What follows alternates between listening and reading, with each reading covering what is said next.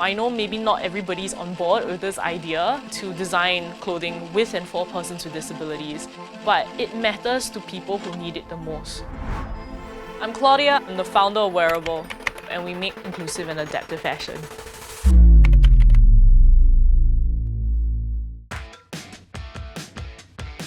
Hi! Morning. Morning! Hello. Okay, today we are going to go through auto assembly, correct? Yeah. Okay.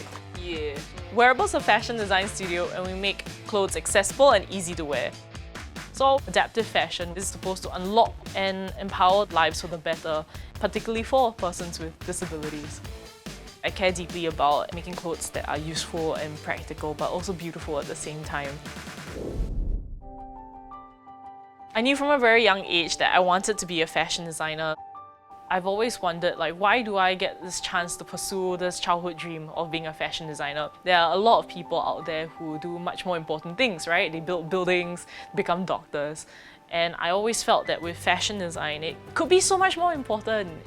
So when I got to Parsons, I first got in touch with adaptive and accessible fashion when a professor of mine introduced me to a friend of hers who was diagnosed with ALS. And from there on out, we tried everything that we could do to make clothes wearable for her and her paralyzed arms. It was about creating trousers and skirts that could rise on the body. We were pumping clothes up with air so that she could just step into it and she wouldn't have to kick through her clothes as much.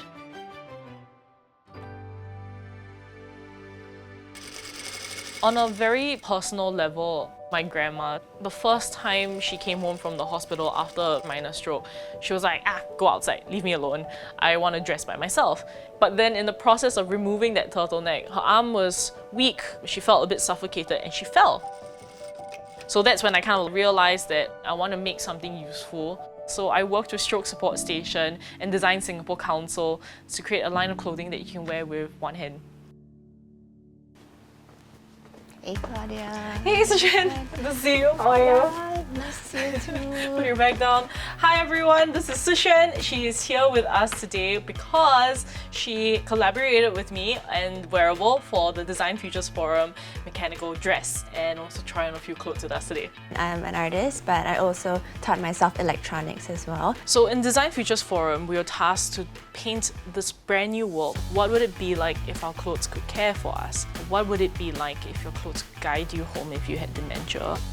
Help her actually create electronic activations within the garment that she designed. Some of the pieces shorten whenever it gets hot to temperature change, be it hot flashes or even just a fever. They rotate as a way of simulating whether your body is in need of medication, for example.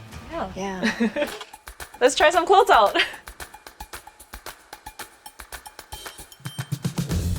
So all of our garments have hidden adaptive features, and as a small company and startup, we make use of whatever we've got around us. So when we had to adapt shirts to be wearable with one hand, this is what we did. We hid magnets in the front and in the cuff.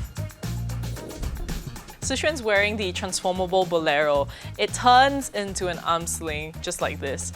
There are straps hidden on both sides, and you can pull them out, and there's a little hook on the other arm.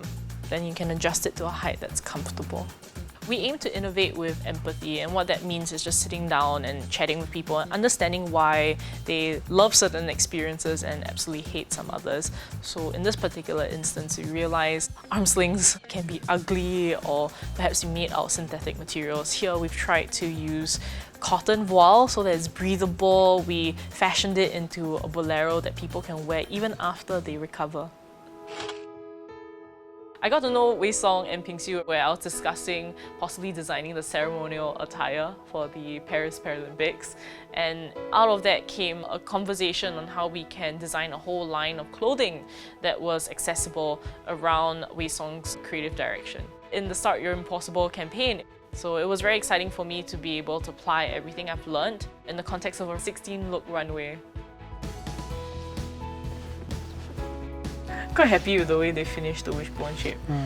Wei Song messaged me one day and said, I have a problem with my bag. He uses crutches and his sling bag tends to slide to the front and bump into his crutches. And because he keeps sloshing about, it throws his center of gravity off, which actually might cause him to fall.